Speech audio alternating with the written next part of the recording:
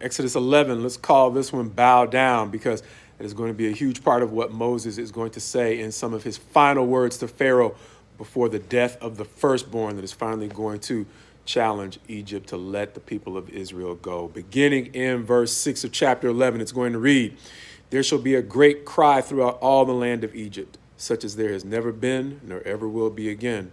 But not a dog shall growl against any of the people of Israel, either man or beast, that you may know that the Lord makes a distinction between Egypt and Israel.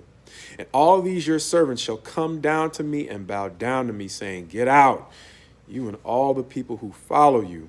And after that I will go out." And he went out from Pharaoh in hot anger, describing the way in which things are going to come full circle. As we're now going to see the Bible begin to develop themes of justice, similar to what we saw with Joseph, who, having been sold into slavery by his brothers, is going to have them eventually come and bow down to him for the injustice. Likewise, for the injustice of repurposing God's people or God's servants into his own servitude, Pharaoh is going to have his very own servants now have to come and bow down to Moses to hopefully end the plagues falling on Egypt. And so we're seeing God turn the tables on injustice, a theme that's going to carry on through the very end of the Bible, understanding that that's much of what's going on in the book of the Revelation. And so understand this, in looking at the way it is dangerous to try to repurpose God's servants for our own purposes, let's try to look at three things. One, the manipulation of repurposing, the challenge of repurposing God's people, and then the pattern in Scripture that we see of historical attempts to repurpose God's servants. First of all, the manipulation, because that's exactly what we've been seeing in Pharaoh as he's been negotiating with God. He initially said, okay, finally, when he was willing to let them go, okay, you can't go very far. And then after that, okay, well, you can't take your kids. And then finally, okay, you can take your kids, but you can't take your stuff.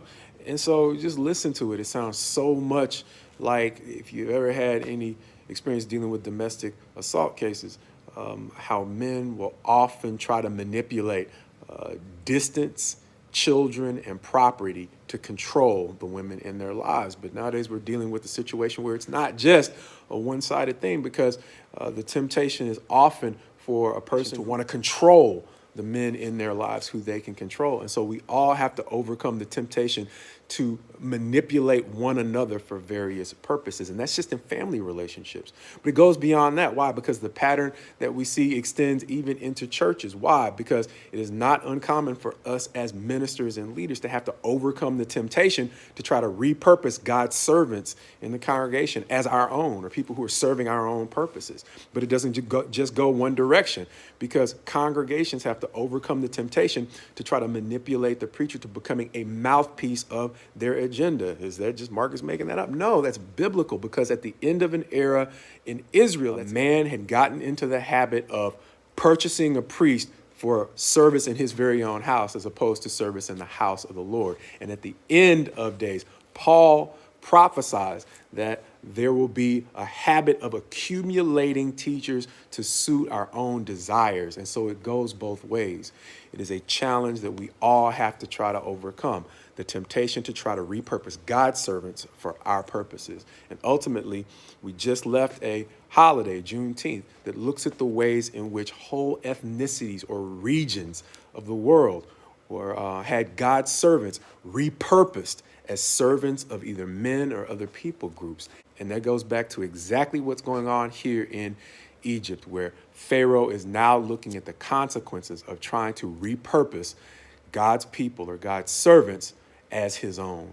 And ultimately, what God has given us in the way of a remedy for that is humility. Because to the degree I am self-aware enough to humble myself, I am making sure that I am less likely to try to repurpose one of God's servants into my service, understanding that I am the servant of God, not necessarily another man, but God. And in serving God, it's my duty to serve the people around me, not to repurpose them as my servants. And so the question becomes, are we going to humble ourselves before God so that he doesn't have to intervene in our temptation to try to repurpose his servants?